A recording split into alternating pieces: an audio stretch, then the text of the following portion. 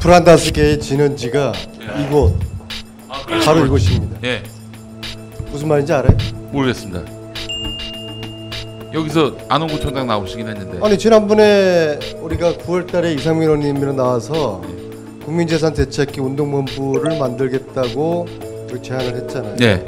그래서 운동본부가 10월 말에 결성이 되고 그 운동본부에서 하고 있는 주력 사업이 프란다스계. 근데 의원님 죄송한데 지금 뭐 하시는 거죠? 네, 지금 시작하면 아니 여러분들 저 내가 네. 자랑해 주는 거예요.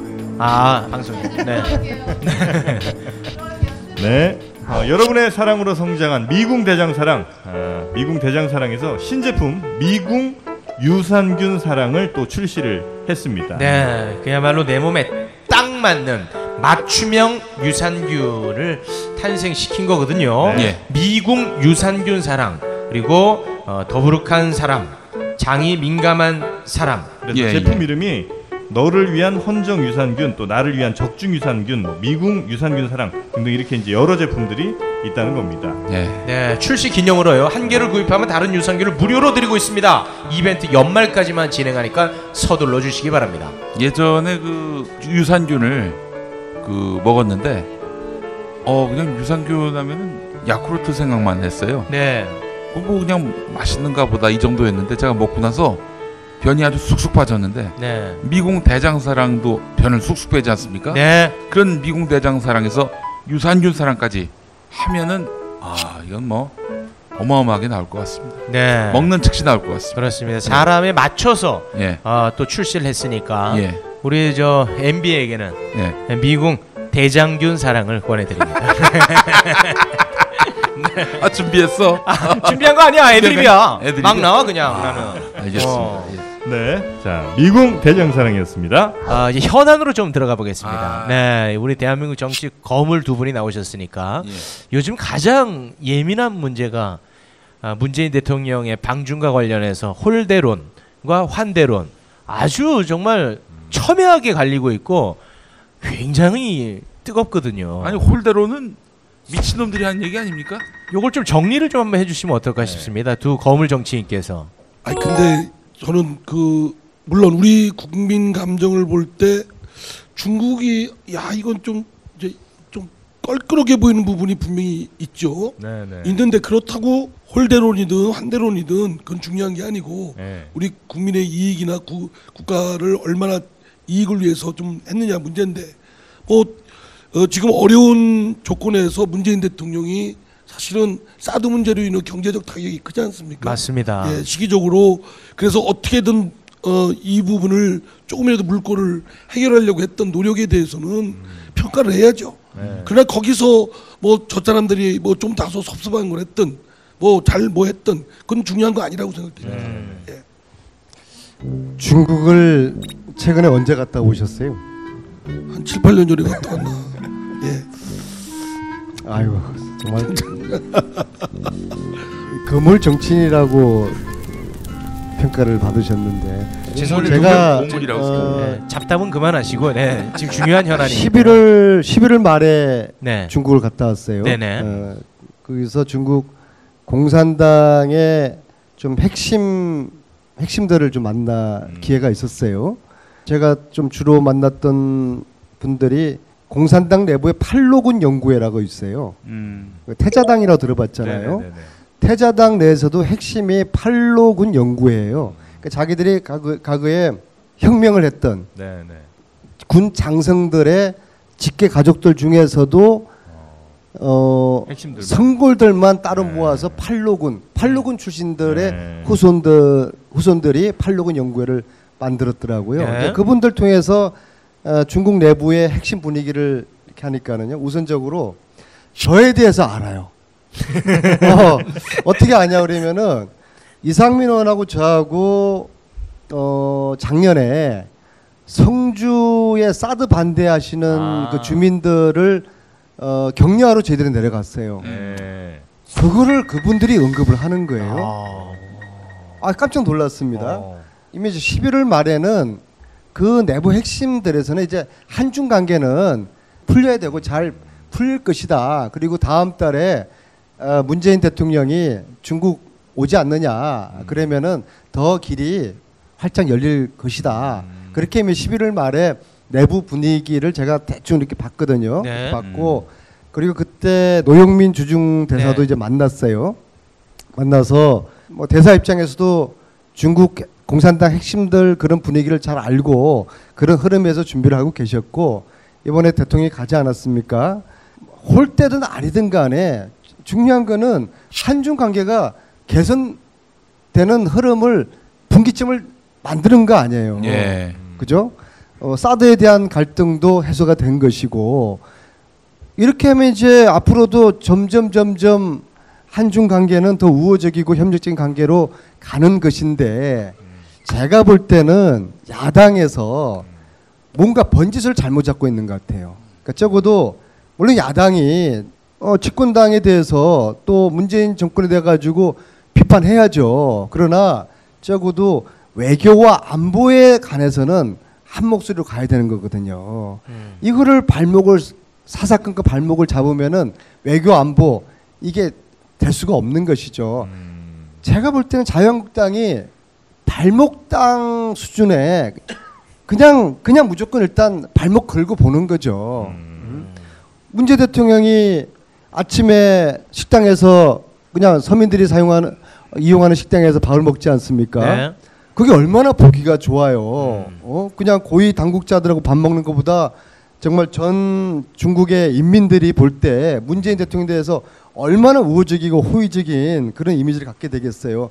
그게 정말 훨씬 더 가치 있는 의미 있는 상황이었다고 보거든요. 그것도 혼밥 쪽이라 혼밥 쪽은 안철수가 아니라 그런 얘기 하지 마시고 자 불편한 거 왜 자꾸 그렇게 하세요? 혼자 밥 먹는 건데 네. 식당에서 많은 사람들하고 같이 밥을 먹는데 그 혼밥 쪽이 아니죠. 용어 자체도 잘못된 것이고 어떻게 하면 시비를 걸까 어떻게 하면 발목을 잡을까 그런 발로에서 이렇게 비하하는 것 같습니다. 이번에 문재인 대통령의 그 방중 성과 평가 중에서 제일 저는 보이는 것이 한중 간의 한반도 내에서의 전쟁은 있어서는 안 된다라는 거였습니다. 왜 그러냐면 제가 한 두 달 됐나요? 두 달 좀 안 돼서 미국을 몇몇 의원들하고 같이 방문을 했습니다.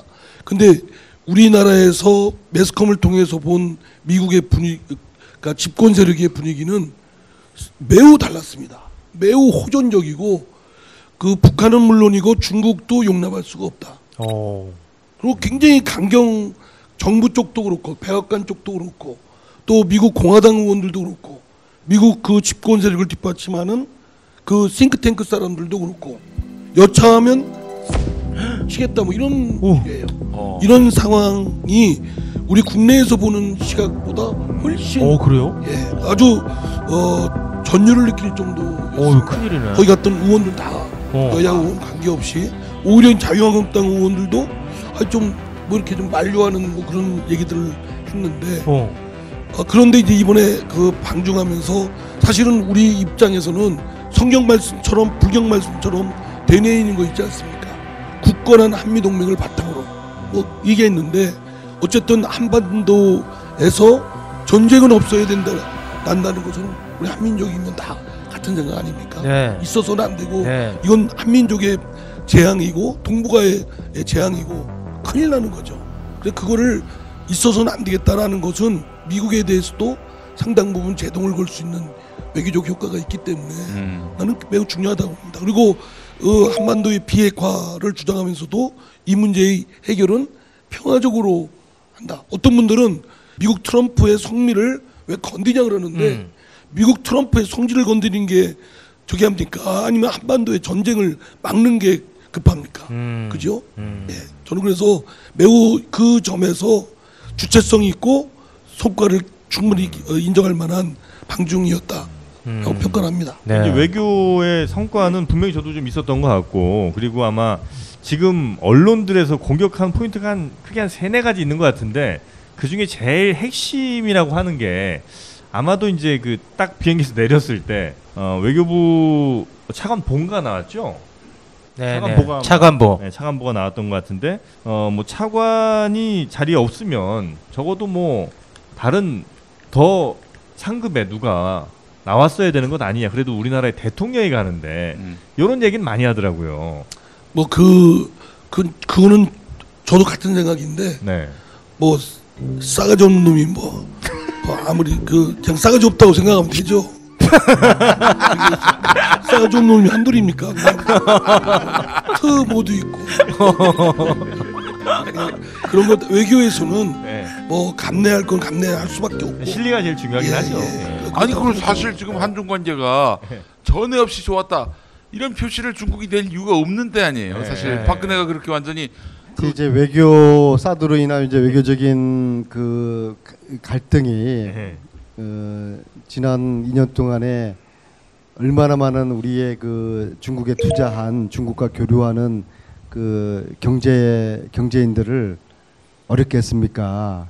그 문제 역시도 이제 뭐 그 300개 가까운 그런 그 경제적인 채널이 이제 가동되도록 하였고, 그럼 사드에 대한 위기가 해소되면서 한반도 평화 협력에 대해서 한중의 신뢰나 뭐 나름대로의 그런 관계가 다시 호전되었고, 그다음에 이제 경제적인 이 어려웠던 이 위기적인 상황이 다시 타게 되고 있고, 그러면 우리는 실리적인 관점에서 봤을 때 이번 방중을 통해 가지고 뭐 이상 뭐를 얻겠습니까? 의전상의 그런 아쉬움 그런 거 있지만은 지역적인 문제다. 그거는 어쩌겠습니까? 제가 뭐 저기 안민수 의원이 예의가 발라서 이렇게 같이 다니는 거 아닙니다.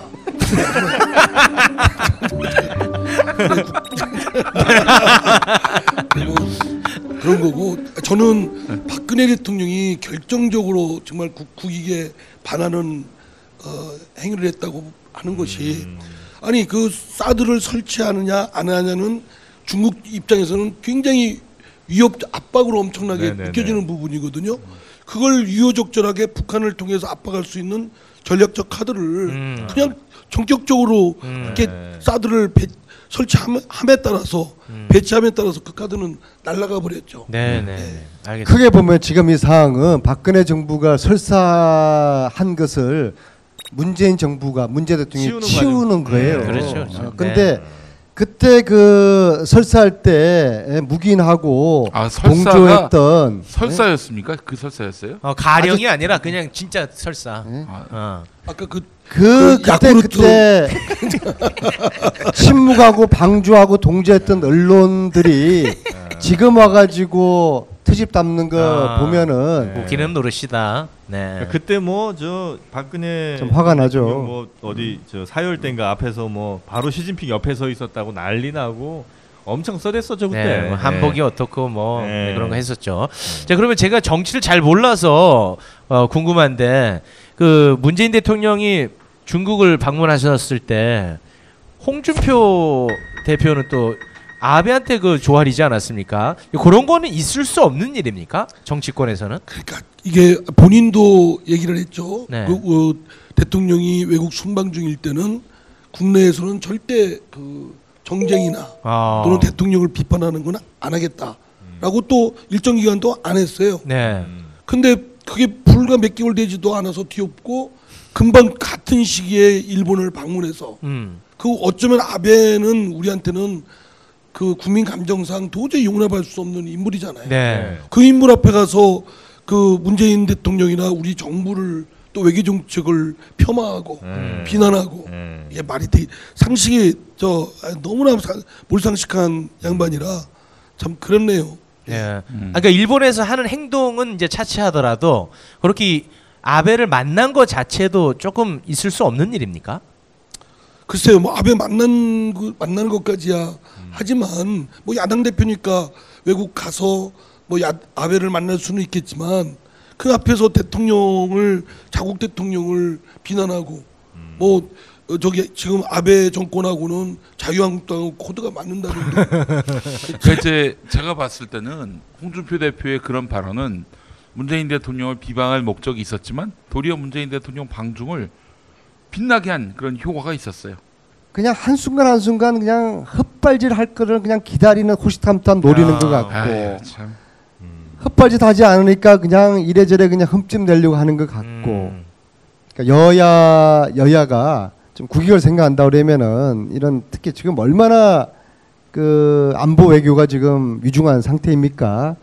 지금은 안보 외교만큼은 서로가 협력을 해야 되는 것이죠. 뭐 물론 지금뿐만 아니라 앞으로도 외교 안보만큼은 당리당략을 떠나서 손을 잡아야 되는 것이죠. 근데 이 멘트는 우리가 야당일 때 저 새누리당이 한 얘기예요. 어디서 많이 들어본 얘기 같은데. 예. 국익만큼은. 네, 당당하게 좀 아이, 아니 꼭 근데 그런 이야기 꼭 해야 되겠어요? 너무나 많이 들었던 얘기라. 너무나 많이 들었대. 급이 틀린 거죠. 이걸 어떻게 같이 아니 누가 뭐래요? 아니 많이 들어본 얘기라고. 아니 MB 얘기 나왔으니까. 괜히 저기 이렇게. 예, 그 플랜다스에게 그건 어떻게 지금 놀라운 게요. 100억 뭐 이상 모았다고 그러던데요. 120억인데요. 120억이에요? 120억인데요.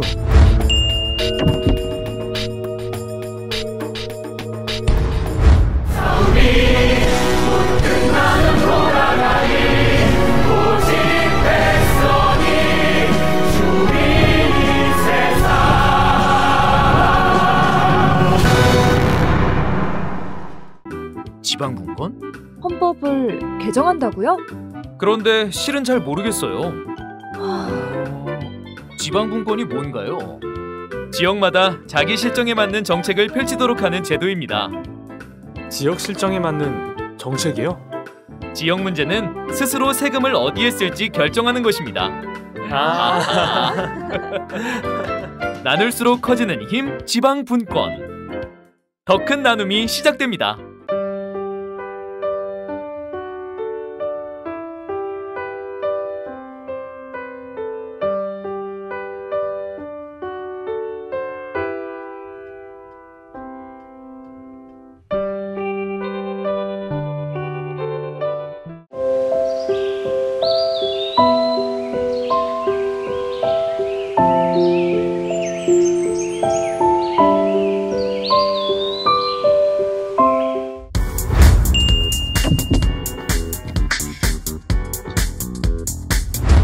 골반이 바로 서야 건강도 아름다움도 바로 서죠. 네, 그래서 간편하고 확실한 골반 교정 속옷 바디로직. 네, 입기만 해도 특허 기술인 토크밴드가 입체적으로 회전력을 줘서 틀어진 골반을 바로잡는다는 겁니다. 예. 몸의 그 몸매를 균형 있게 네. 보기 좋게 만들어 주는데 제가 그 잘못 장난으로 바디로직을 거꾸로 배에다 착용했다가 배가 나왔습니다. 항상 이제 엉덩이가 나온 부분을 배가 나오고 있어요. 예. 웃기기가 많이 어렵나 그렇게? 가끔 하나는 걸리지 않나? 왜 이렇게 이거 오래 하는지를 모르겠어. 많이 던져서 재밌는 거 나오면 쓰면 되는 거지. 안 그래? 알겠습니다. 아니 근데 댓글에는 네가 뭔데 김용민이 얘기하는데 안 웃냐고 나를 욕하더라고. 이게 적폐 아닙니까 이런 문화가?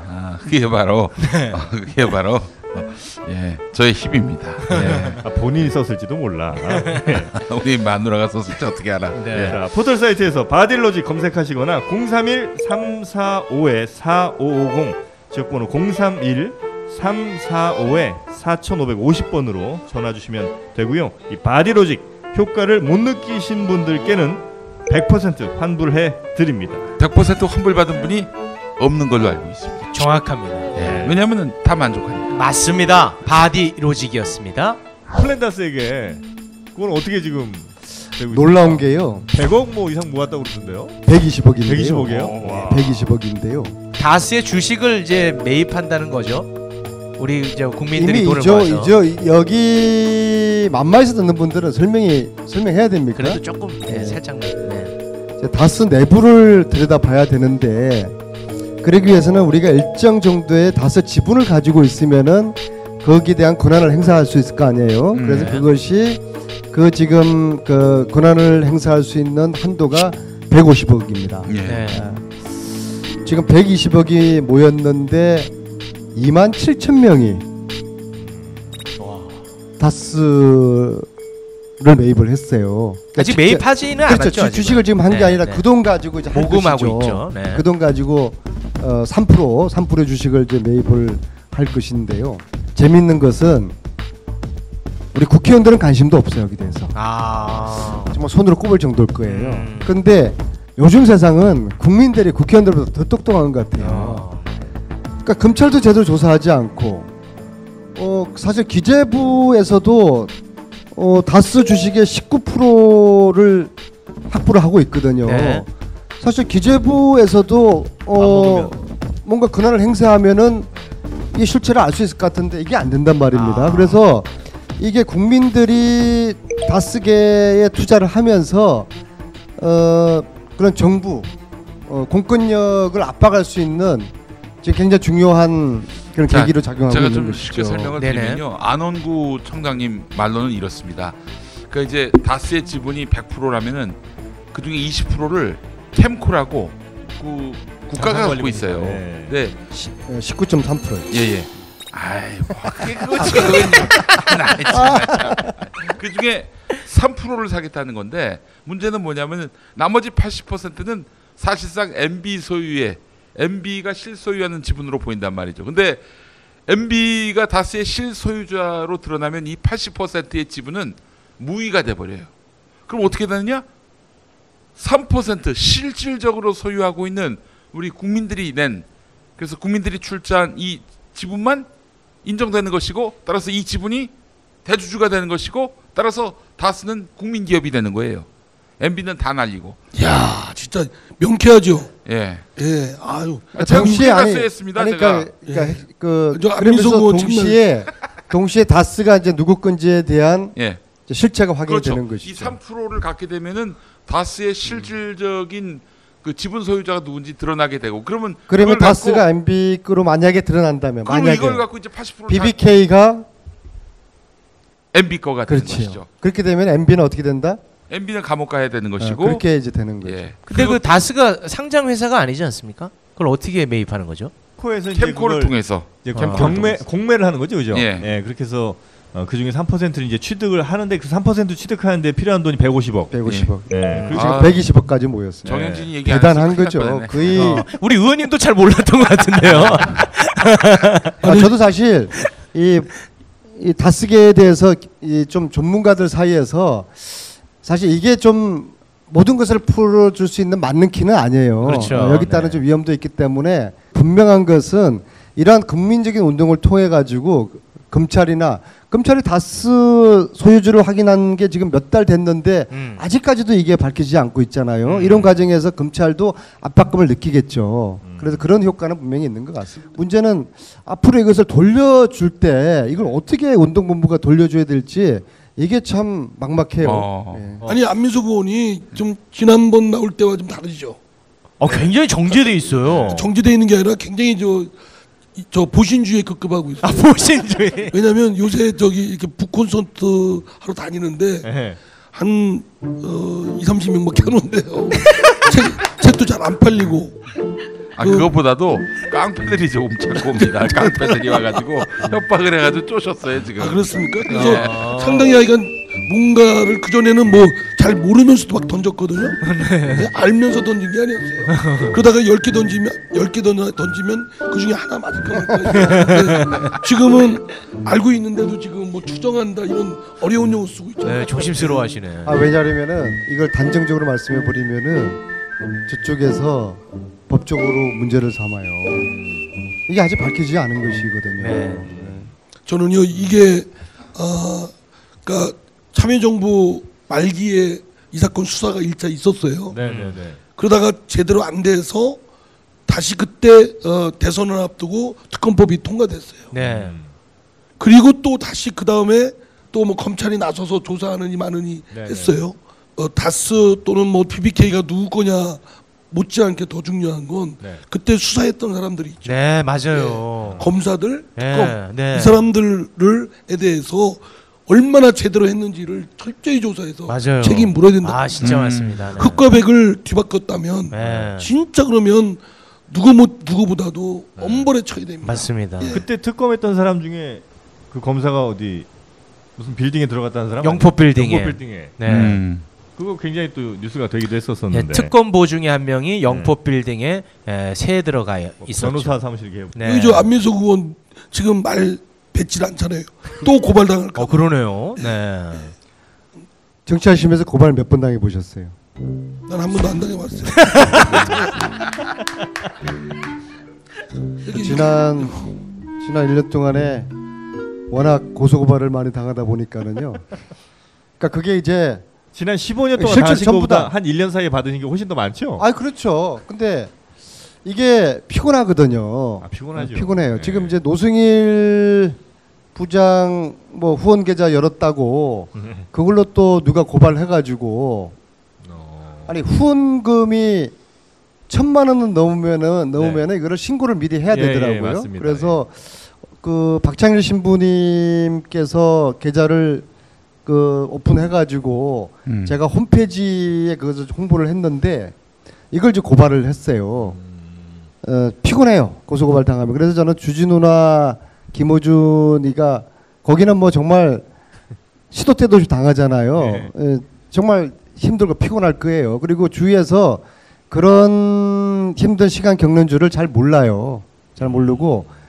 근데 아무튼 지금 이제 이상민 이제 의원님이 이제 전 법사위원장이었다는 거는 보통 의원들이 갖고 있지 못한 이제 법무부 내부의 정보라든지 여러 가지 이야기들을 들었을 그런 위치에 계셨기 때문에 네. 일단 단언하지 마시고 그걸로 그냥 추정된다.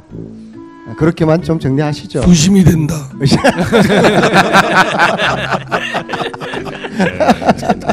네, 됐습니다. 많이 의심이 된다. 아주 많이.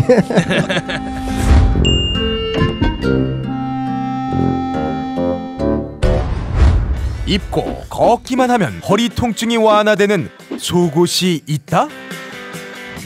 틀어진 골반이 통증을 유발할 수 있다는 놀라운 사실. 골반의 상태를 검사해 보았습니다. 바디로직을 입기 전 제자리에서 50걸음을 걸어본 후 바디로직을 입고 걸어보겠습니다. 이야, 눈에 띄는 변화. 바디로직의 특허 기술인 토크밴드의 회전력이 근육과 골격을 자극해 골반을 바로잡아줍니다. 입고 걷기만 해도 통증이 좋아질 수 있습니다. 바디로직은 상품을 끝까지 책임집니다. 효과가 없으면 세탁하거나 사용한 후라도 100% 환불 보장.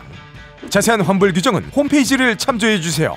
지금 바로 검색창에 바디로직을 검색하세요. 나한테 맞는 것도 있었네? 납득이 안 돼, 납득이. 왜? 막, 응? 그냥 먹지? 좋아? 묻지도 따지지도 않고 섭취하는 유산균과 이별선언. 미궁 유산균 사랑. 너를 위한 맞춤형 유산균. 나를 위한 스트레스 적중 유산균. 빵빵한 너에게, 민감한 너에게, 매일매일 너에게, 약해진 너에게. 미궁 대장사랑 두 번째 헌정 제품 미궁 유산균 사랑 출시. 검색창에 미궁 유산균 사랑을 검색하세요. 자, 박수 하나 내릴게요. 네. 아버지의 부도로 많은 것을 잃었습니다. 엄마의 건강과 가정의 행복까지.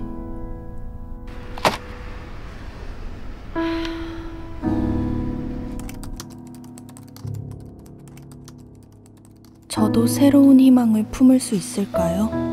출생에 완료되셨습니다. 축하드립니다. 감사합니다. 진짜 감사합니다.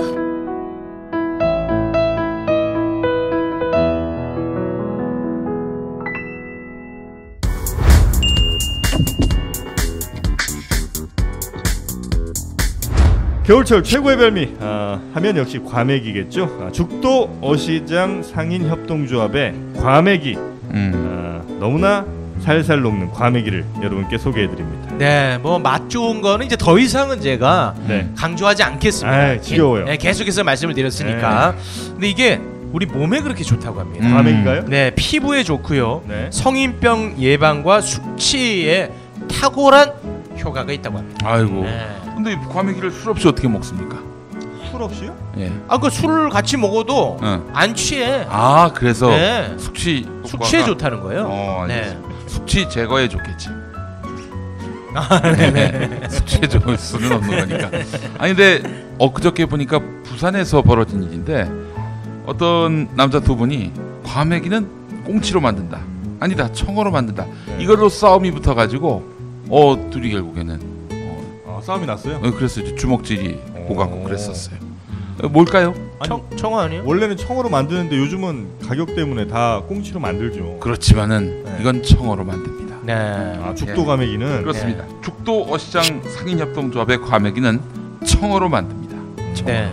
자, 청정 동해안의 1등 먹거리 안심 주문 전화는요 010-9896-8282 010-9896-8282번입니다. 이렇게 전화 주시거나 혹은 뭐 죽도락으로 네이버에서 검색하셔도 또 바로 나오니까요. 과메기 생각나신 분들 바로 죽도락으로 연락 주시면 감사하겠습니다. 그럼 끝으로 이제 저 지방선거 얘기를 또 저희가 빼놓기가 좀 어려운데 지방선거 준비는 더불어민주당 잘 되고 있습니까 지금? 일단 우리 저 이상민 의원님 지방선거 얘기 좀 나오는 것 같은데. 대전시장. 네. 예, 기회가 되면 하고 싶어요. 하고 싶어요? 왜 이렇게 솔직하세요? 예. 그럼 뭐라고 그래요? 그러면 하고 싶어요. 전 대통령도 하고 싶어요.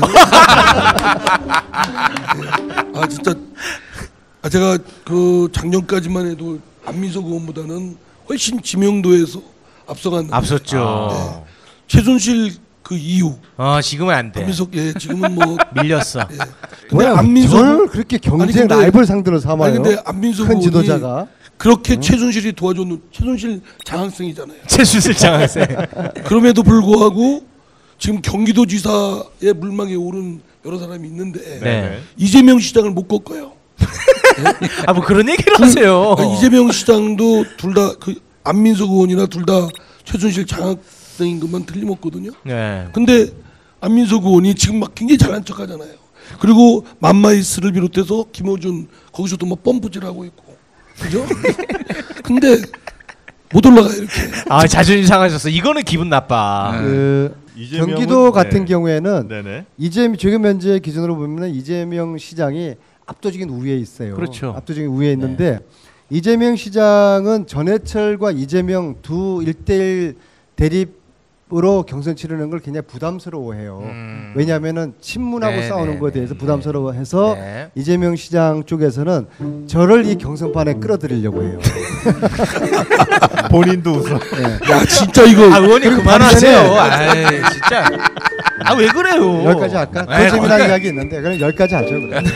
아니 그러면 충남 지금 안희정 지사는 삼선 안 한다고 그랬잖아요. 이번 출마 안 한다고 그랬잖아요. 충남지사로. 네, 오늘 보도 났습니다. 그러면 충남엔 누가 가야 됩니까?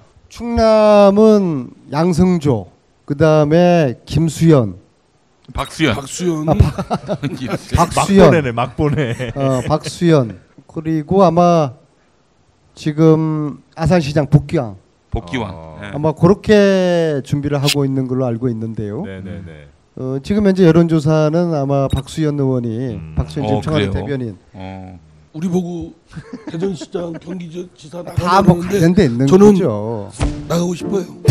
아니 대전시장 되고 싶어요. 대통령도 되고 싶어요. 그 맘마이스에서 좀 시켜주세요. 이상민 의원이 대전시장 출마 선언을 했다.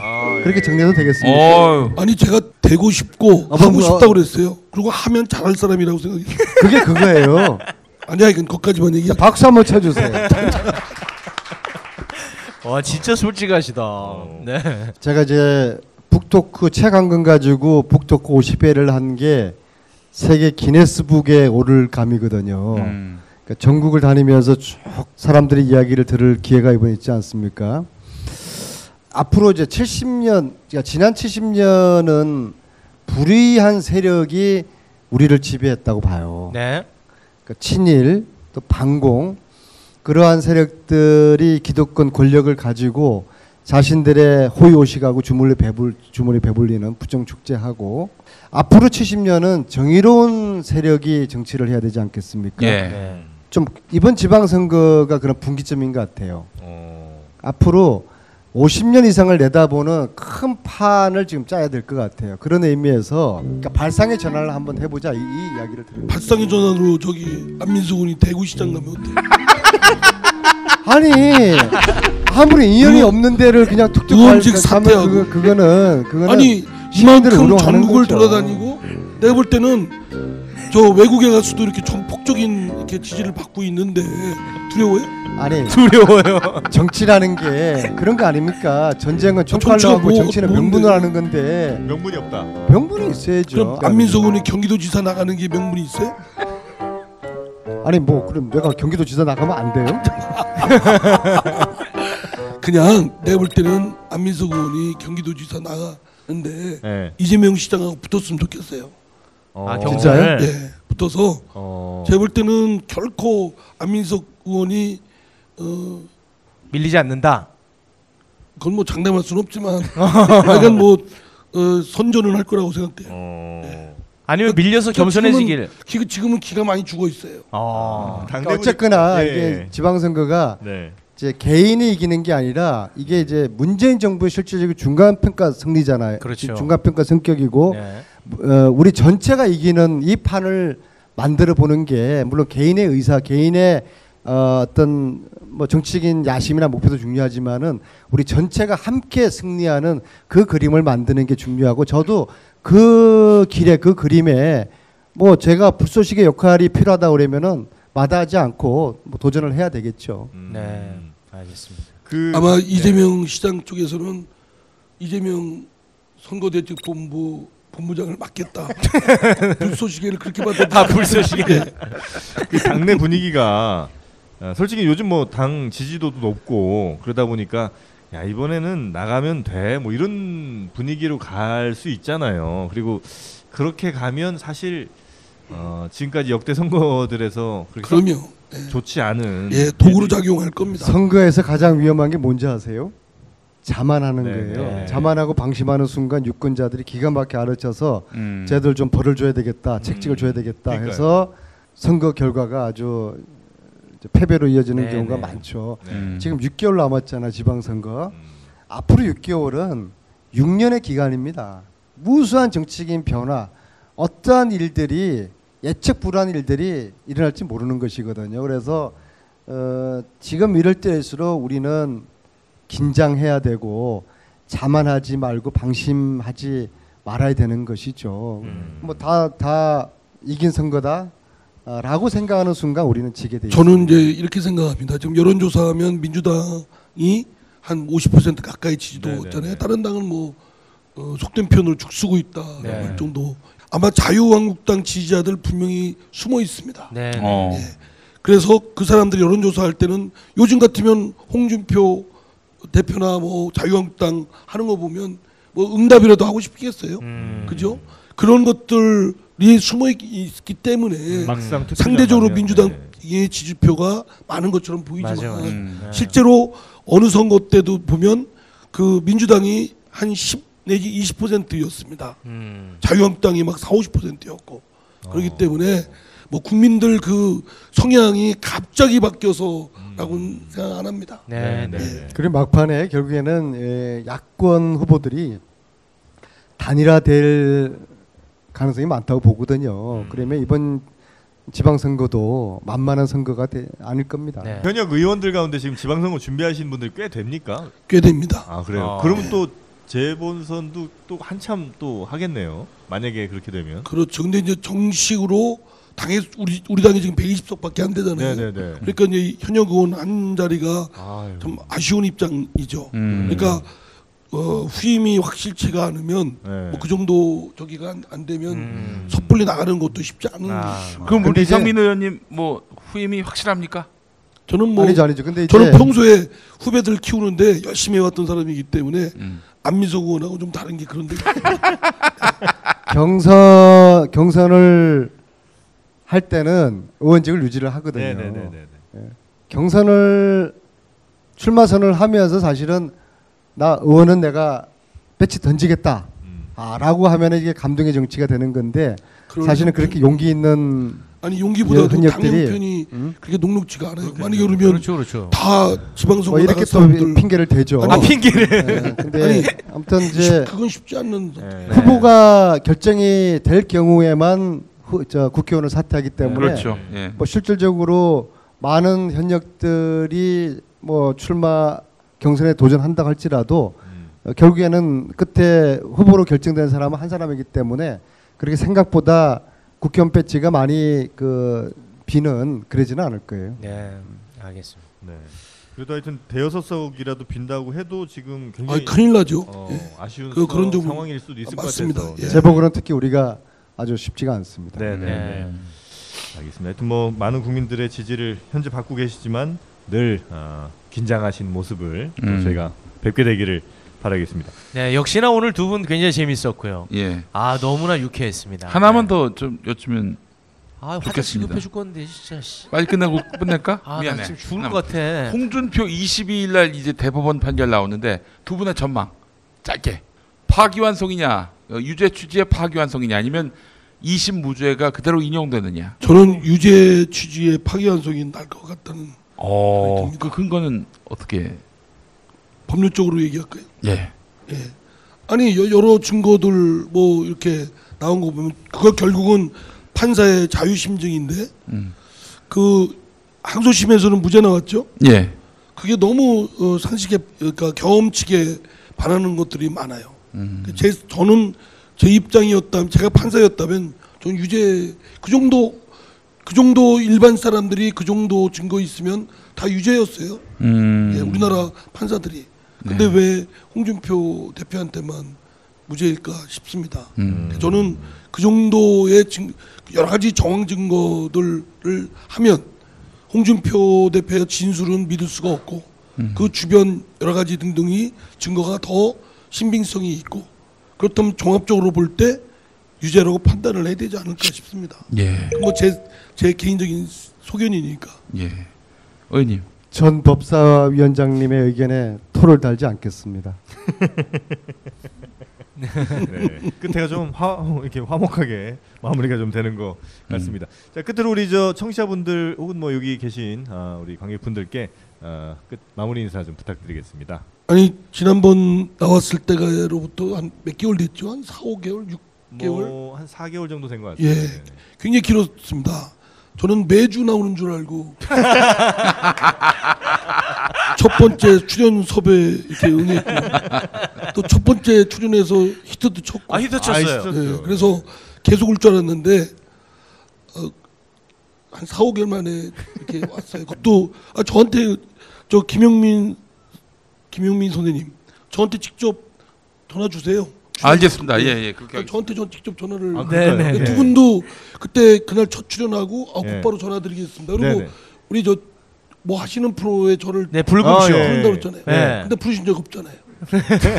아니 안민석 의원님이 이상민 의원님 그 매니저이기 때문에 반드시 자기를 통화라고 했어요. 그래서 몇 번 연락을 드렸는데. 아니 그러니까 거기서 카트 한다니까요. 그래서 너무 저 재밌다 진짜. 매주 나오고 싶습니다. 다음에는 이제 안민석 빼고 저 혼자. 예. 그리고 새해 복 많이 받으세요. 네, 아유 고맙습니다. 두 차례 이상민 의원님과 만마에서 출연을 했습니다. 이제 두 번 다 제가 간곡하게 동반 출연을 요청을 해서 이렇게 밟힐 줄 알고 이렇게 출연을 했고요. 이제 저희들이 추구하는 바가 정치는 딱딱하다 그런 고정관념을 좀 깨자. 만마에서 와서 정치가 재미있고 유쾌하고 그리고 유익하다라는 것을 좀 보여드리자.